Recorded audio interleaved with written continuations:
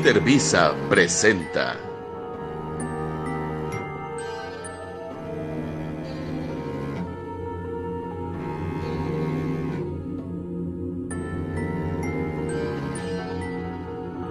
En una ciudad muy grande había un parque de 15 hectáreas. Este parque era muy bonito y a la gente le encantaba. Además, en este lugar vivían perros que eran muy mansos y se llevaban muy bien con la gente. Muchas personas iban a correr al parque cuando bajaba el sol y los perros siempre las acompañaban. Pero un día, los corredores no vieron ningún perro y se asustaron un poco. Empezaron a escuchar gruñidos y se detuvieron. De pronto, vieron a un gran perro negro, enorme, con la boca llena de sangre. A su lado apareció una figura oscura y un olor a azufre muy intenso comenzó a sentirse. La figura oscura les dijo a los deportistas: cuando no haya perros, no vengan al parque, porque ese día pasea el perro del diablo. Están advertidos. Ambos seres se esfumaron y los deportistas volvieron lo más rápido que pudieron a sus casas. Hola, yo soy Eric Contreras Ayala, esto es Visitantes Nocturnos. Espero que se estén pasando una buena noche en donde quiera que nos estén dando pues el gozo, el placer de su audiencia. En el capítulo de hoy vamos a hablar sobre historias del estado de Aguascalientes, ya que nuestros compañeros, amigos Gerardo Valdez Uriza, Yasmín Flores López se encuentran durante este fin de semana en el evento Expo Comics Bajío, que se realiza justamente ahí en el estado de Aguascalientes, y pues por eso, celebrando este viaje, vamos a ver algunos ejemplos de historias, de leyendas que se cuentan, que se dicen allá en las tierras de Aguascalientes. Por ejemplo, comenzamos con el camión de la autopista. Una de las leyendas de Aguascalientes cuenta la historia de las almas de la gente que perdió la vida en un accidente. La historia cuenta que si vas a la autopista a la 1 de la madrugada, puedes ver los fantasmas de la gente que lamentablemente perdieron la vida en ese lugar. Este trágico hecho involucró a un camión y un autobús de pasajeros. El camión no pudo doblar a tiempo y eso ocasionó que chocara con el autobús, que se encontraba lleno de gente. Según la leyenda, todos los pasajeros venían dormidos, por lo que nunca supieron qué fue lo que les pasó. Cuentan que ese es el motivo por el que sus almas aún penan por la zona, ya que aún no asimilan que están muertos y se niegan a abandonar este lugar. Guajajajaja.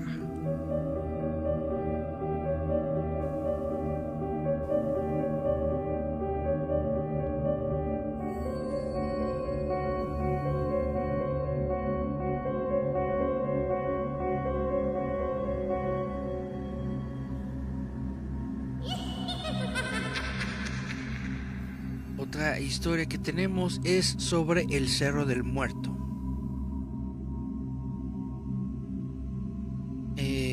Se habla sobre una montaña de 2400 metros que se encuentra en la Sierra Madre Occidental. Según la historia, en este lugar se llevó a cabo la confrontación entre los pueblos indígenas que fundaron el área. Se trata de los Chalcas, los Chichimecas y los Nahuatlacas. En dicho enfrentamiento, varios pobladores murieron, por lo que sus cuerpos fueron enterrados en esa misma montaña, por lo que fue nombrada el Cerro del Muerto del Este. Por esta razón se dice que las almas de los guerreros se quedaron atrapados en esta zona, por lo que se les puede ver vigilando las calles de su pueblo, así como los túneles subterráneos. Si no sabes qué hacer en Aguascalientes, acércate con los pobladores y pídeles que te cuenten desde su perspectiva alguna de las leyendas más significativas del lugar. Por ejemplo, una de las leyendas más representativas de Aguascalientes es la de la Chulinche y la India Chichimeca. La historia comienza antes de que Aguascalientes fuera una ciudad. Dos padres chichimecos enseñaron a su hija a creer en el dios Chulinche, un dios ciego. Pero cuando aquella pequeña creció, comenzó a ser muy frívola y sus comportamientos no eran correctos. Esto ocasionó que el dios Chulinche se le apareciera para preguntarle sobre sus ambiciones. A cambio, él le concedería lo que quisiera. No se sabe con certeza si ese fue el motivo por el que más tarde la mujer se volvería loca y padecería problemas de salud. Debido a ello, Chulinche no dudó en pedirle ayuda a otros dioses para sanar a la India Chichimeca. Estos lograron sanarla, pero a cambio le pidieron a la mujer poblar la zona donde se encontraba. Ella accedió, por lo que comenzó a elaborar muñecos de barro a los que después les dio vida con su aliento. Los pequeños seres comenzaron a ver a la Chichimeca como diosa, por lo que comenzaron a venerarla. Años después, cuando Aguascalientes comenzó a ser ciudad, la India Chichimeca fue idolatrada con una calle en la ciudad. En esta calle se ubica el final de la calle Juárez. Existe gran variedad de leyendas de Aguascalientes que debes conocer. Sin embargo, estas son apenas de las más populares entre los pobladores. Y bueno, esto es lo que tenemos ahorita. Vamos a darnos una vuelta por las redes sociales a ver si tenemos mensajitos en el Facebook. Y resulta que sí, tenemos a Cari Santiago que dice buenas, a Francisco Fabián López Castillo, que justamente es de esta región, es de Aguascalientes, que nos está diciendo buenas noches. Y Cari Santiago dice: las historias de las culturas siempre son únicas. Claro que sí, son interesantes y todas tienen su pequeña, ¿cómo decirlo?, algo único dentro de cada una de las historias. Vamos a hablar ahora sobre la ex hacienda Peñuelas, que es la más antigua de Aguascalientes. Su importancia arquitectónica e histórica es tal que fue reconocida por UNESCO como Patrimonio de la Humanidad. La majestuosa ex hacienda Peñuelas de Aguascalientes fue terminada de edificar en el año 1575. Se ubica en el Camino Real, también conocido como Camino de la Plata, el cual fue trazado a raíz del descubrimiento de las minas en Zacatecas.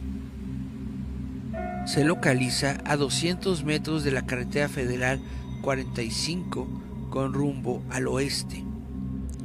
Primero se le nombró San Isidro Labrador, pero debido al paisaje de pequeñas peñas en donde está enclavada, se le cambió el nombre a Hacienda de Peñuelas en Aguascalientes. También fue una finca productora de carne y leche que hasta el siglo XVIII, en que fue adquirida por el conde de Rull, introduce el ganado de lidia, que era de origen español. A la construcción se le añade el Templo de la Purísima Concepción, que data del año 1852 y que fue uno de los primeros de estilo neoclásico en todo el estado. La importancia de la ex hacienda de Peñuelas en Aguascalientes se debe a que fue el escenario de los más destacados hechos históricos del estado. En 1831 ahí nació el famoso bandido Juan Chávez, fruto de la relación fugaz del hacendado don Juan Dávalos con una dama de la servidumbre. considerado el Robin Hood de la zona y que llegó a ser gobernador del estado. Órale. En 1860 es derrotado el general Silverio Macías en la Guerra de Reforma. Del año 1876 a 1911, que fue periodo del Porfiriato, la hacienda tuvo su época de oro, en donde cubría 7,000 hectáreas y estaba habitada por 500 personas aproximadamente. Se producía chile seco, maíz, cebada, trigo, frijol y fue una importante finca de ganado de lidia. La ex hacienda de Aguascalientes, la ex hacienda Peñuelas, de Aguascalientes, está conformada por 14 habitaciones de bella decoración antigua, en la que destacan objetos provenientes de Alemania y Francia. ¡Olala! También se conservan los corrales del ganado de lidia y los campos, así como el majestuoso templo de la Purísima Concepción. Ahí podrás admirar el decorado ecléctico e incluso las criptas de los antiguos dueños del lugar. La hacienda continúa habitada, pero es posible conocerla con permiso de los actuales propietarios. En el templo se siguen ofreciendo servicios religiosos, por lo que está abierto al público. Puedes también visitarla como parte de las actividades del ecoturismo en Aguascalientes, como las rutas del agua. ¿Les parece interesante este lugar? Chan, chan, chan. Churun, churun.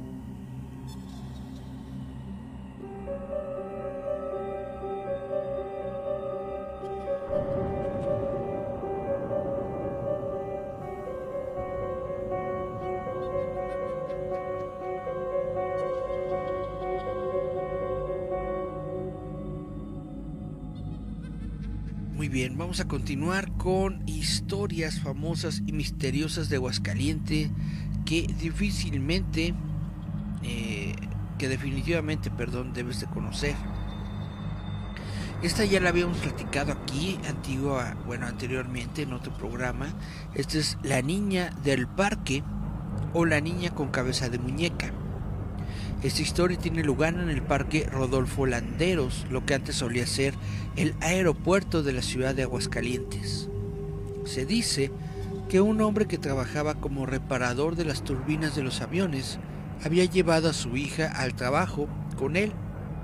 Ante el aburrimiento, la pequeña empezó a jugar con su muñeca, muy cerca del avión que su papá estaba reparando.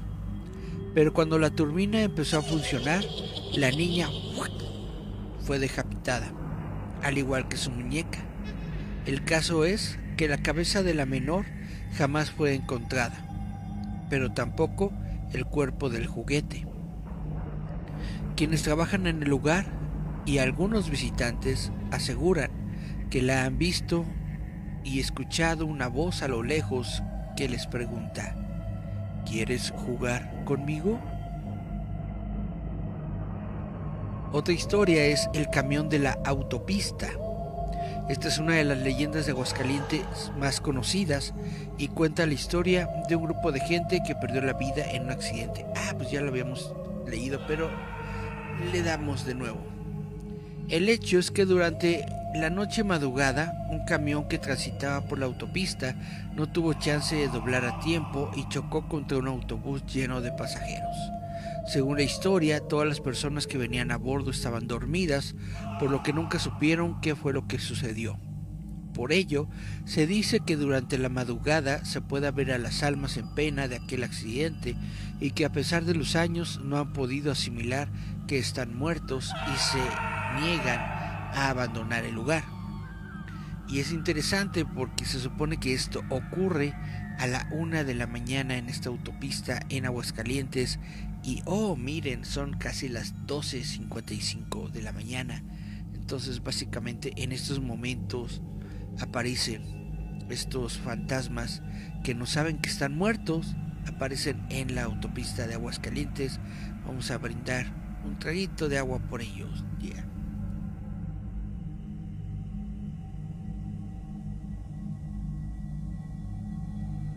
Vamos a ver el niño de la pelota. En la avenida López Mateos, en el centro de Aguascalientes, se encuentra un edificio que ha perdurado por años. La leyenda dice que un niño, hijo de uno de los trabajadores, se había puesto a jugar con una pelota.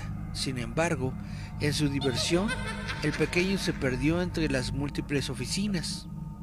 Así, al escuchar ruidos en un piso donde se supone que no había gente, el vigilante le disparó, pensando que se trataba de un ladrón.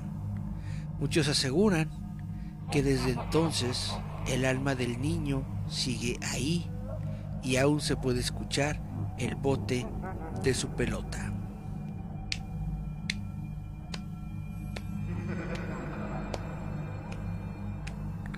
Bueno, algo así. Sigue sonando su pelota botando. Chan, chan, chan. Vamos a ver qué dice Cari Santiago. No tengo mucho conocimiento de las historias, así que solo me dedicaré a escuchar. Bueno, está muy bien. Vamos a continuar con otra historia. Déjenme ver por aquí que tenemos. Chan del Agua. En 1880, en Aguascalientes, existía un charco llamado Campanero. Se formaba en donde cruza la prolongación de la calle Salvador Quesada y el río San Pedro.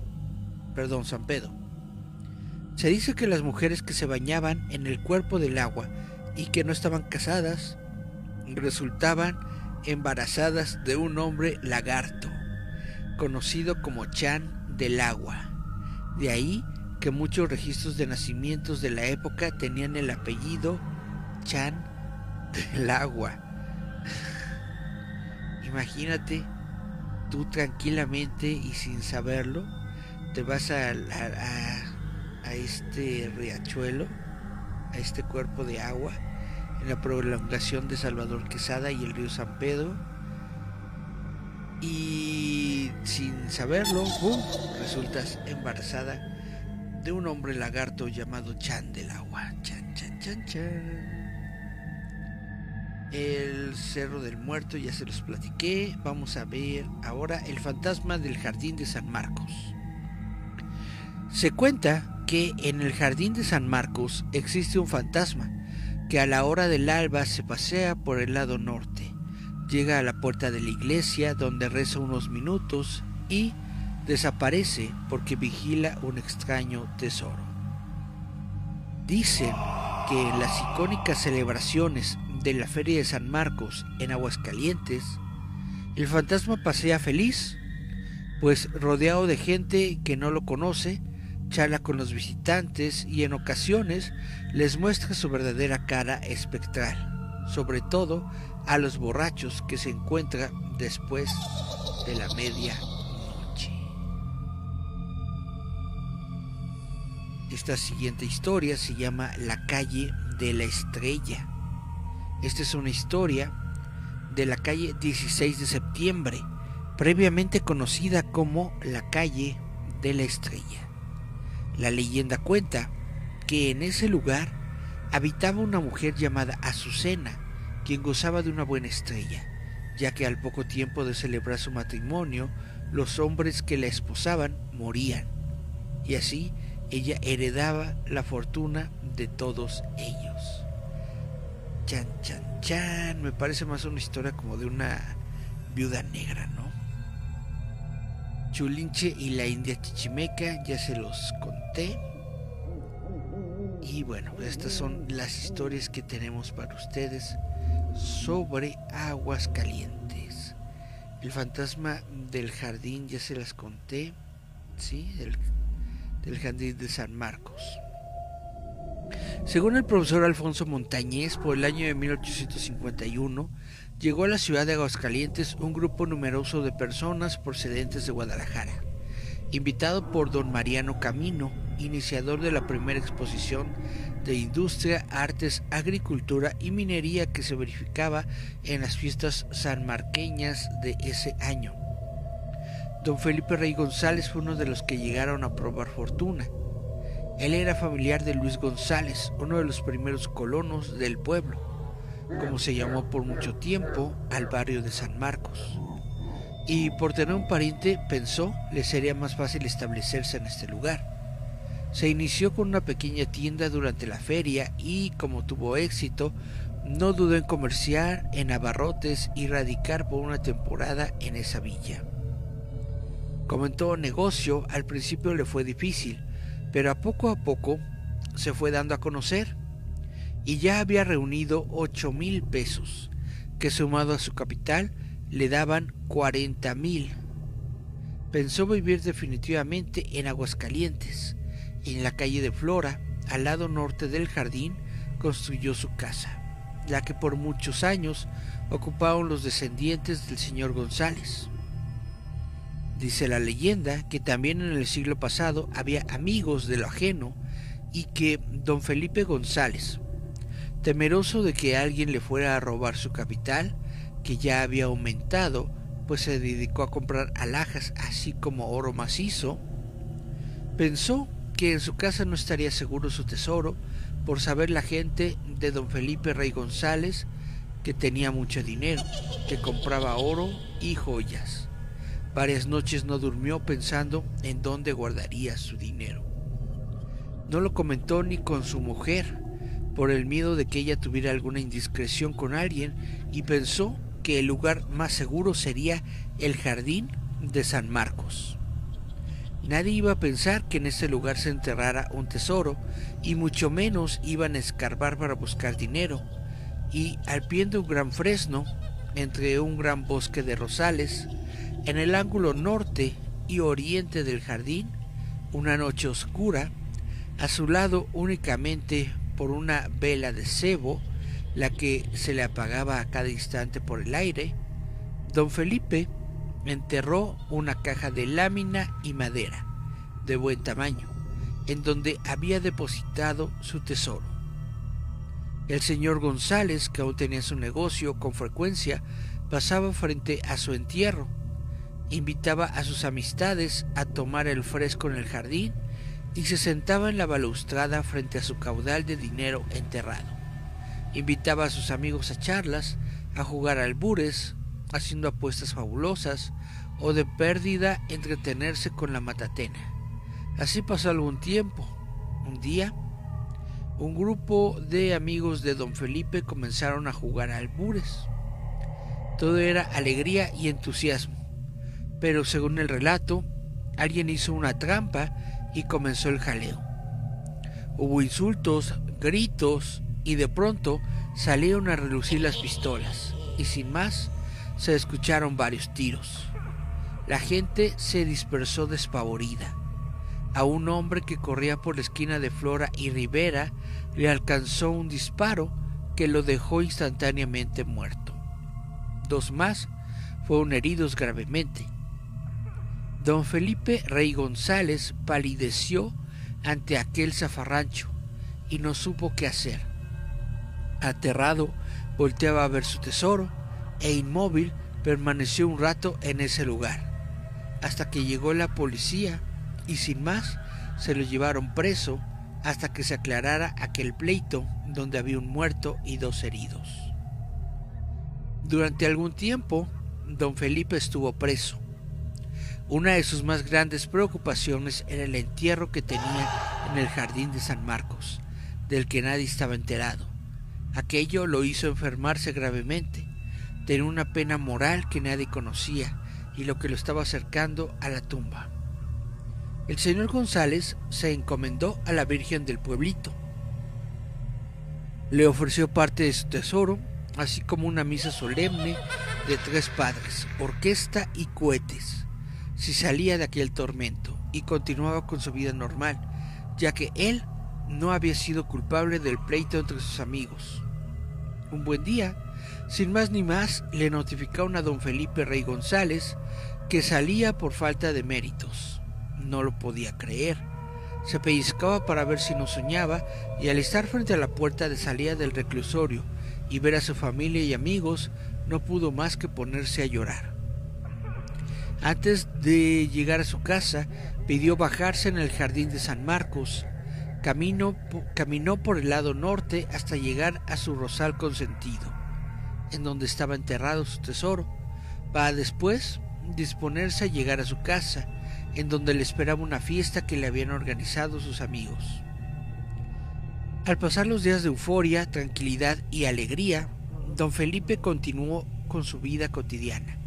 Hablaba de lo bien que le hacía caminar por el jardín, sentarse en la balustrada a recibir el fresco y escuchar el trino de los pájaros.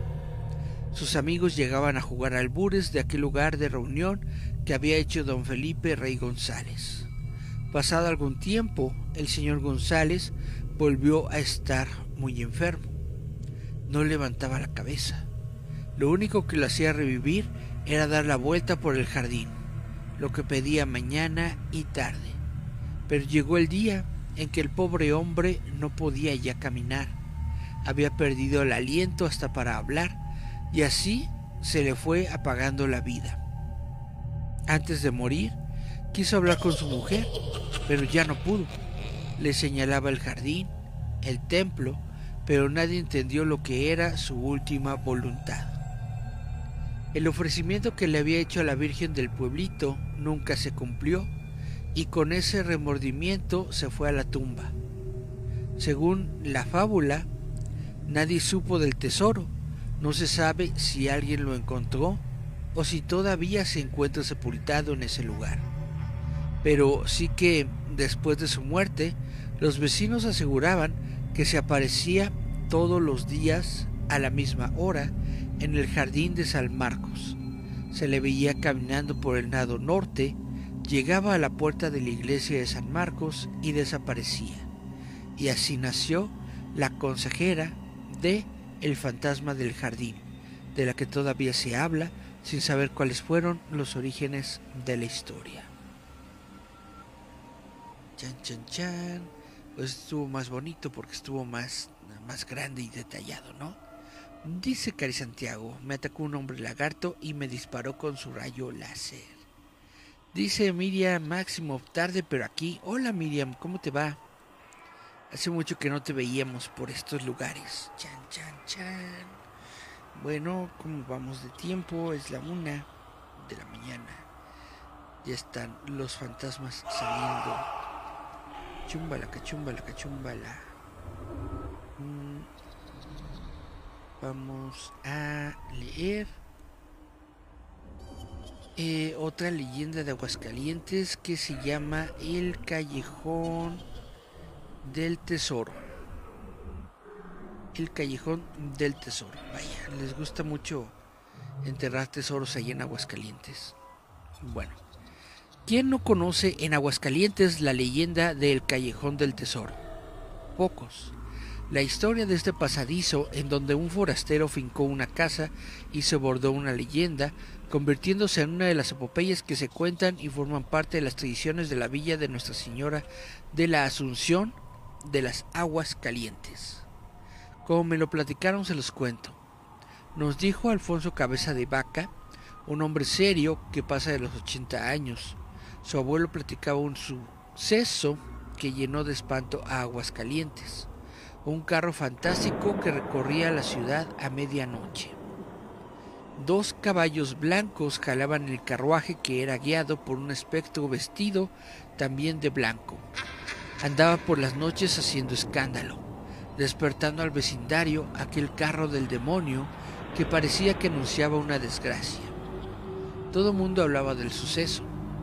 Algunos aseguraban que un coche jalado por 2 colosales caballos lo conducía una bella mujer, que al parecer estaba perturbada de sus facultades mentales, y como desahogo, sus familiares le permitían recorrer la villa por las noches, para no ser reconocida, ya que ni amigos ni parientes lejanos sabían el secreto de una de las familias más acomodadas de la villa, que tenían a una hija demente.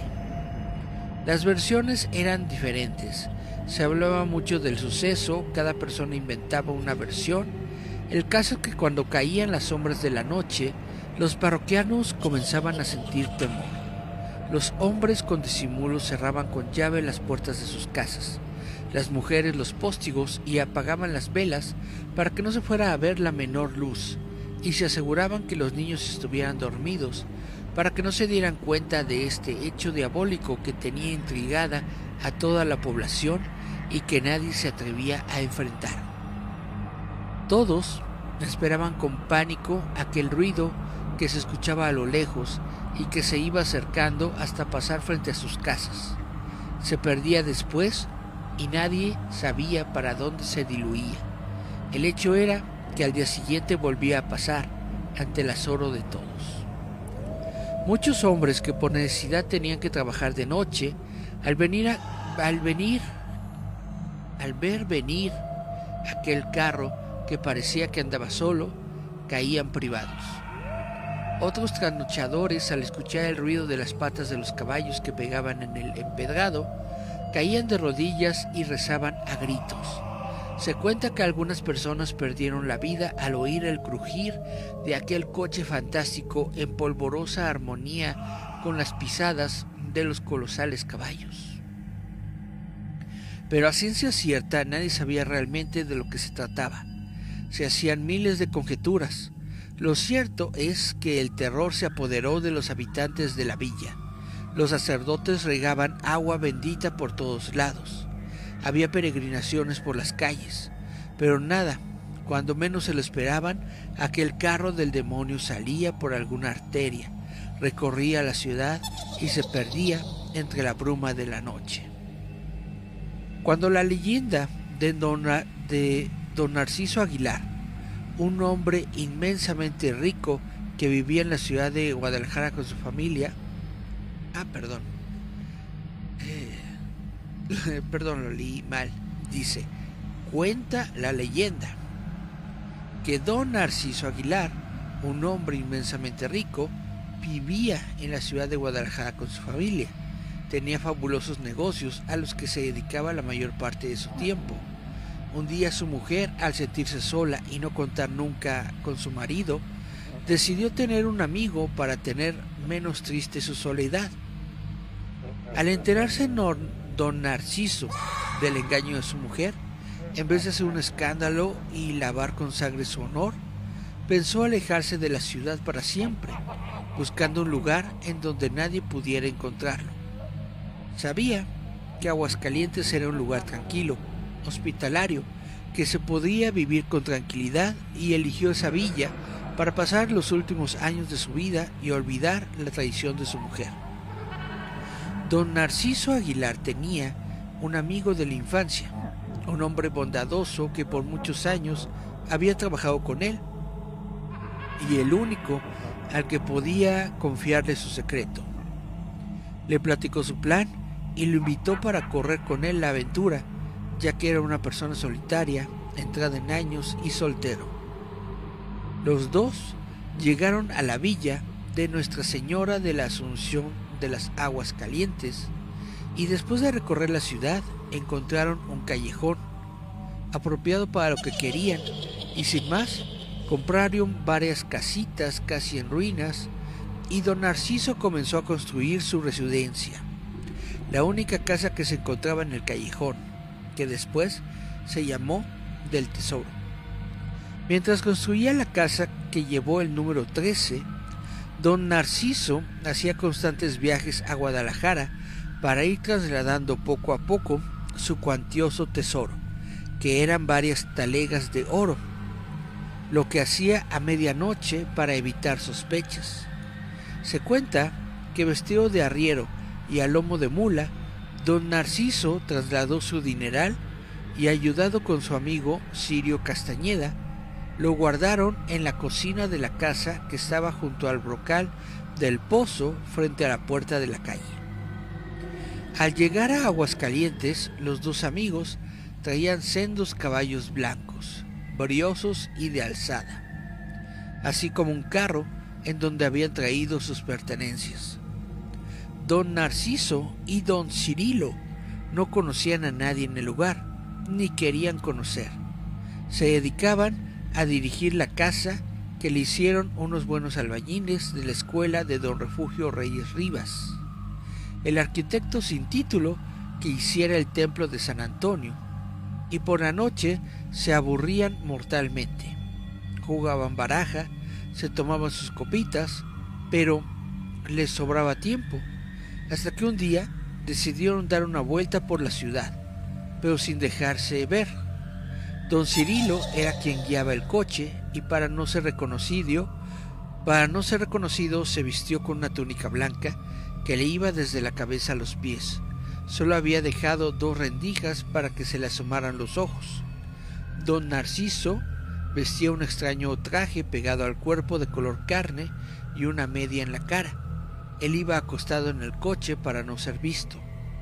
Todas las noches se disfrazaban, tomaban su carro y salían a recorrer las calles. Cuando vieron que su paseo les causaba pavor a las personas, lo hacían con más ganas, sirviéndoles de diversión el miedo que le causaba a los parroquianos. Mientras la gente se privaba de espanto, ellos se morían, pero de risa.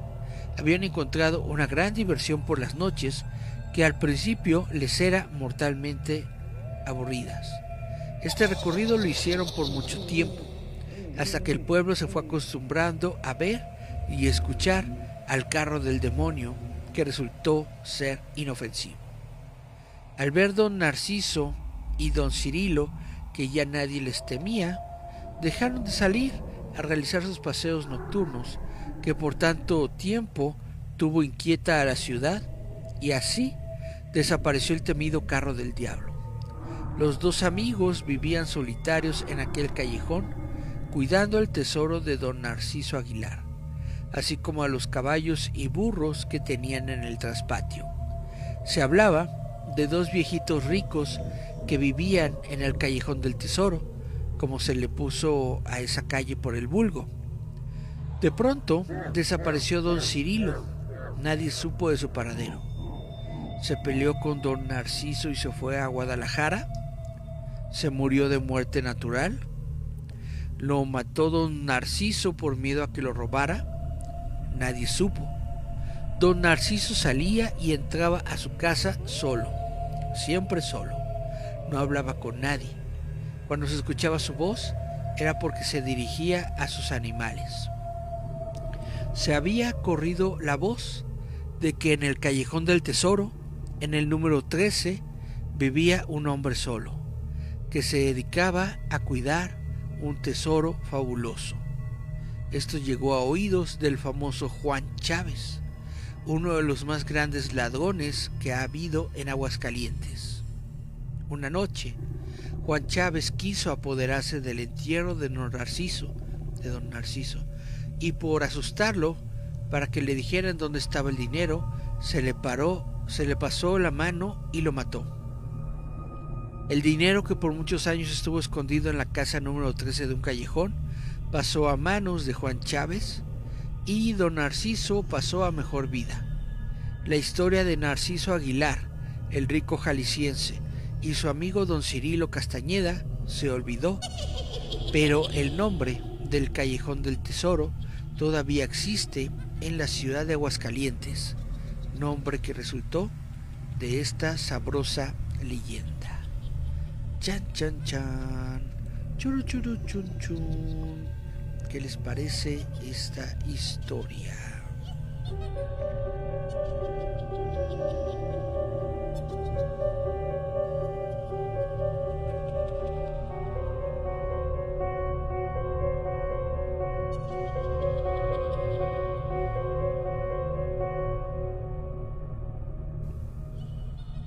Pues bueno, vamos a ver si tenemos de casualidad algún mensajito en nuestras redes sociales. Solamente está Miriam, que dice: ya se extrañaba ver a Grogu. Aquí está el buen Goyito. Y es el único mensajito que tenemos. Es la 1:20 de la mañana. Iniciamos más o menos como a las 12:30. Entonces yo creo que nos alcanza el tiempo para otra historia. Está esta que dice: el aparecido de Chambergo, y otra que dice: libre por el beso de una mujer. El apareció de Chambergo o el beso de una mujer. Vamos a leer el del beso de una mujer. Chan, chan, chan. Muy bien. Esta es una leyenda de Aguascalientes que lleva por título Libre por el beso de una mujer.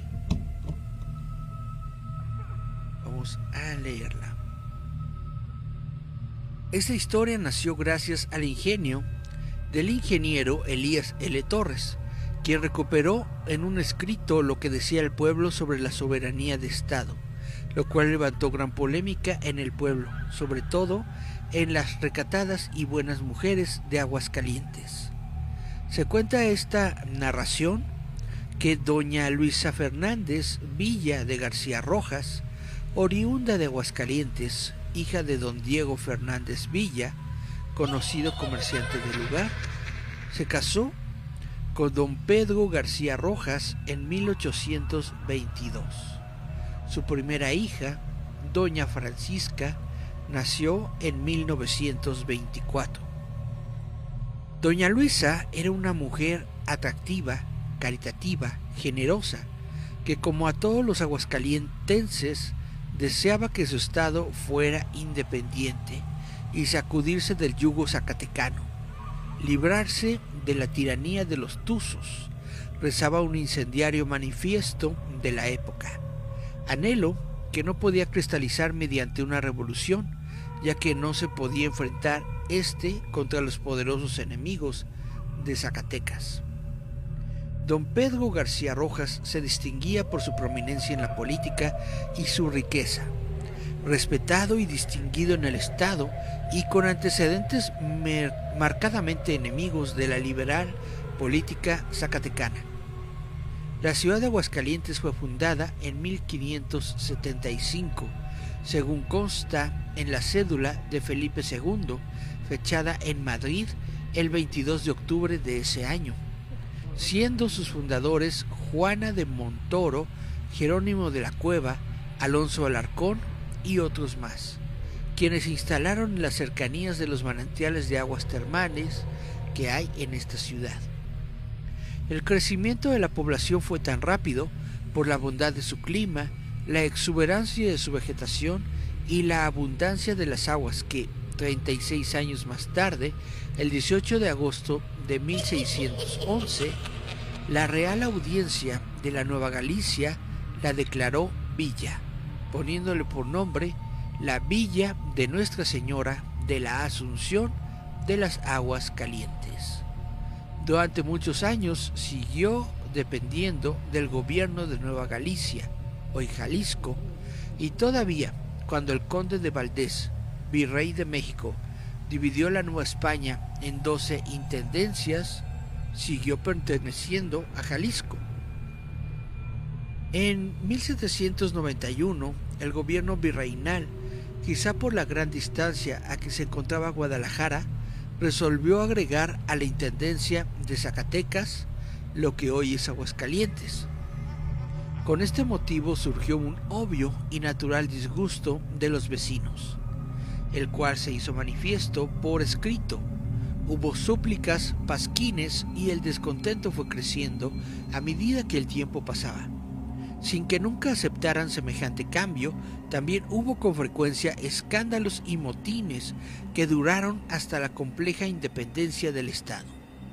De manera que, desde que Aguascalientes fue agregado a la dependencia de Zacatecas, el más grande anhelo de sus habitantes era independizarse.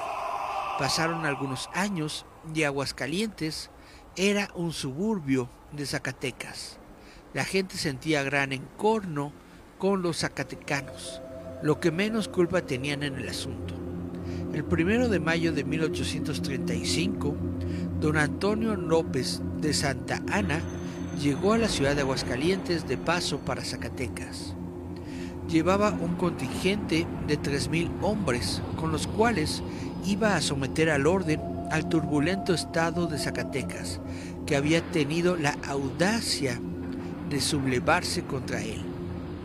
Dice Elías L. Torres que la causa en el fondo era que las ideas liberales y avanzadas de los zacatecanos no se compadecía con las del gobierno central, que habían impuesto a la República al cojo de Tampico. La llegada del general Santa Anna a Aguascalientes fue un gran alboroto. El pueblo se puso en movimiento, se adornó la villa y con gran júbilo fue recibido el presidente. Pernoctaría una noche y las principales familias del lugar se disputaban el honor de recibir en su casa al invencible guerrero. La residencia de don Pedro García Rojas y su esposa, doña María Luisa, fue la elegida. Toda la calle de Morelos, en donde se ubicaba, según el historiador don Alejandro Topete del Valle, fue decorada por guirnaldas de flores y papel de china de colores. Dice la leyenda que el día fue muy ocupado para el general Santa Anna. Órdenes para el ejército, recibo de comisiones, conferencias con los principales vecinos, con miembros del clero y de los conventos, y toda esa batahola de ir y venir que en torno a los grandes se agita y mueve. Por lo tanto, dieron órdenes estrictas para no permitir más el paso de nadie. Había sido un día muy agitado y el general se iba a descansar. Doña María Luisa, que era una gran ama de casa, virtuosa en la cocina y con una exquisita dama de abolengo, la que a más de su belleza tenía finos modales, desplegando toda su coquetería, recibió al general Antonio López de Santa Anna con una reverencia. El invitado ocupaba la cabecera de la mesa mientras saboreaba un delicioso chocolate y los famosos ladrillos, que son panecillos típicos de Aguascalientes. Refería los incidentes de sus gloriosas campañas. Don Pedro escuchaba atento a su izquierda el emocionante relato. Su esposa, a la derecha del altivo invitado, clavaba sobre él sus ojos de obsidiana y comentaba las hazañas que éste refería con frases de elogio oportuno, o desgranaba dulcemente su sonrisa divina, que era un invencible hechizo de su belleza aguascalentense. Poco a poco fue rodando la conversación, sabiamente llevada por la dama, hasta conectarla en la situación dolorosa por la que atravesaba Aguascalientes. Así, escuchaba Santa Anna de sus labios cómo la ciudad no tenía escuelas.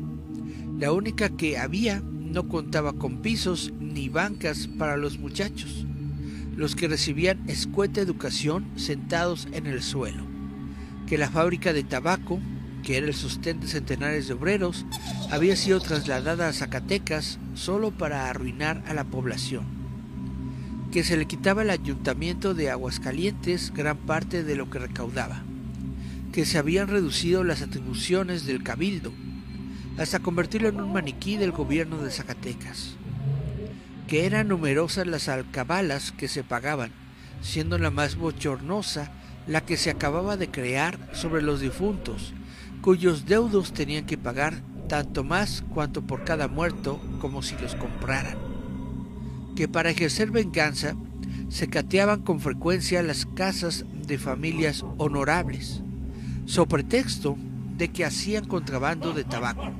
enviando a numerosas personas al presidio de Fresnillo, y por último, que durante las fiestas de San Marcos, el gobierno de Zacatecas había retirado todas las fuerzas que tenía en la ciudad, exponiéndola a un asalto de los bandidos que merodeaban por las cercanías de Calvillo, o que los jugadores que acudían de todas partes de la República se resarcieron de las pérdidas sufridas, saqueando la población de que se habían librado gracias a que el ayuntamiento había armado a un centenar de hombres que pagaban los vecinos y con los cuales se patrullaban las calles de día y de noche. Cuenta el narrador que cuando la señora Villa de García Rojas llegaba a esa parte del relato, se abrió la puerta del amplio comedor y un criado anunció que don Pedro José López de Nava buscaba al señor García Rojas. Era urgente. El aludido perdió permiso para salir a la sala un momento, cerró tras de sí la puerta y el ruido de sus pasos se fue perdiendo por el rojo enladrillado del corredor. Aguascalientes puede ser independiente, continuó doña María Luisa, reanudando su conversación. Basta que usted lo quiera, mi general, que en este pueblo todos lo anhelamos. Llegaríamos hasta el sacrificio para obtenerlo. Dejó caer estas últimas palabras con una ternura tan intensa que el árbitro de la República, conmovido, deslizó su mano sobre el bordado mantel y, oprimiendo la fina siniestra de doña María Luisa, le dijo emocionado: ¿De veras? ¿Hasta el sacrificio? La señora de García Rojas se puso de pie violentamente, cerró un poco el entrecejo, como desaprobando el atrevimiento del caudillo. Pero éste, sin soltarle la mano y mirándola suplicante, volvió a brillar en sus labios una sonrisa y, sentándose de nuevo, contestó: hasta el sacrificio, general. Santa Anna acercó sus labios sobre los divinamente bellos de la hermosa dama aguascalentense y dio un beso prolongado y ardiente que vino a interrumpir el ruido de los pasos de don Pedro, que regresaba por el pasillo. La dama salió al encuentro de su esposo, radiante de alegría, y colgándosele del cuello, zalamera y coqueta, le dijo: Perico, por fin Aguascalientes es independiente, ¿verdad, general? Verdad es, asintió Santa Anna, inclinando la cabeza y besando la mano de la señora García Rojas. Según se cuenta en la leyenda, el dictador cumplió su palabra. Al día siguiente, 2 de mayo de 1835, fue depuesto el jefe político zacatecano José María Sandoval y nombrado por el cabildo para sustituirlo don Pedro García Rojas. Días después, triunfante, pues había derrotado en Guadalupe, Zacatecas, a las fuerzas de don Francisco García, que eran las de aquel estado,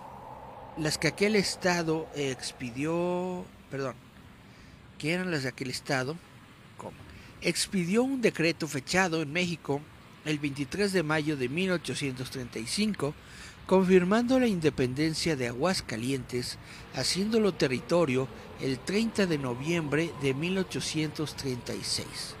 Fue declarado departamento con la dimensión que ahora tiene el estado, nombrándose, como era natural, primer gobernador a don Pedro García Rojas. Pues bueno, esta es la historia, la leyenda de Aguascalientes, que se convirtió en un estado libre y soberano gracias al beso de una mujer. Ñaca, ñaca, ñaca. Pues bueno, vamos a ver si de pura casualidad todavía hay alguien en los comentarios. Dice Cari Santiago que aquí sigo. Muchas gracias, Cari, por seguir aquí escuchando nuestras historias. Y bueno, pues yo creo que lo dejamos aquí por el momento. Ya nos hicimos una hora y pues solamente queda un pequeño anuncio parroquial. Chan, chan, chan. Chun, chun, chun.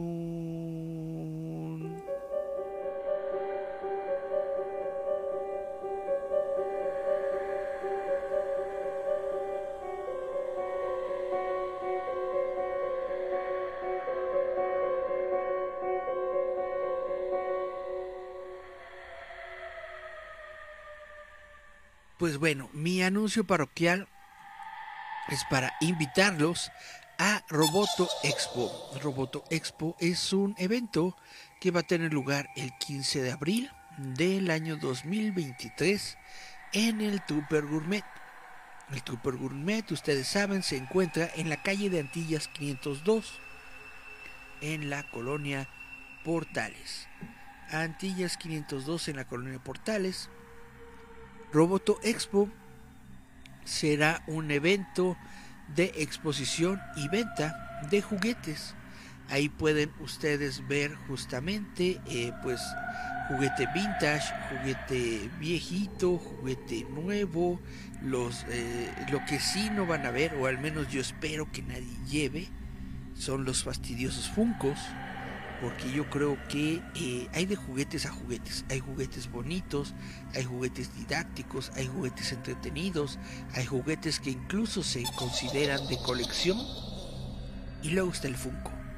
El Funko es una figura de plástico fea que solamente está repintada una a otra para parecerse ligeramente a personajes famosos o de la cultura popular, que sacan por millones, así literalmente hay miles de millones de figuras de Funko que después gente roñosa, gente sin escrúpulos, revende a precios exorbitantes por figuras de plástico que existen por miles y de los cuales se crea un mercado ficticio, porque está englobado, está hecho grande por pura ficción. Te dicen que son figuras de colección, pero las figuras de colección tienen justamente la calidad, la cualidad de que las figuras de colección son raras. Las figuras de colección son pequeñas, son de bajo tiraje, son solamente unas cuantas en el mundo. Y sin embargo, el Funko, vuelvo a repetir, se generan por miles de millones de figuras. Tanto así que la misma empresa Funko de plano tuvo que, o al menos había salido en las noticias, que iba a tirar varias figuras, por lo menos la mitad de su producción la iba a tirar literalmente a la basura. ¿Por qué? Porque no se vende, porque hay miles, porque de plano ya les costaba muy caro mantener todas esas figuras en sus bodegas, y entonces literalmente las van a tirar. Y ahora que las tiran, a ver si siguen los acaparadores y estas gentes aún echándole precios descomunales a estas figuras feas de plástico. Pero bueno, esperemos que no haya Funko. Al menos yo, dentro de mis pequeños estatutos que estoy poniendo para este evento, estoy pidiendo que no haya Funkos, porque yo siento que los Funkos afectan al mercado del coleccionismo, afectan al mercado del juguete. Los Funkos son una atrocidad que no debería existir. Pero para la gente a la que sí le gusta el juguete bonito, el juguete atractivo, el juguete clásico, ahí vamos a estar este 15 de abril en el Tupper Gourmet, mostrándoles mucho juguete bonito. Aquí no hay tristezas, aquí no hay nostalgias, aquí solamente tenemos juguetes bonitos. En la Roboto Expo, 15 de abril, en el Tupper Gourmet. Tupper Gourmet, Antillas 502, en la colonia Portales. Ñaca ñaca. Pues bueno, estos fueron los anuncios parroquiales que les tenía en estos momentos aquí para este programa. Ahora sí, vamos a despedirnos, vamos a ver si de casualidad tenemos algún último mensajito, pero parece que no. Entonces ahora sí, vamos a despedirnos, chavos, nos vemos la próxima semana. Nada más como comentario, pues quiero agradecerle, ¿cómo se dice? Quiero felicitar a Gerardo Valdés Uriza, a Yasmín Flores López, porque justamente hoy comenzamos el programa un poquito tarde, debido a que estábamos viendo una ceremonia en la que se le estaba dando a Gerardo, a Yasmín, pues un honor, que era el de pertenecer a un museo justamente en la ciudad de Aguascalientes.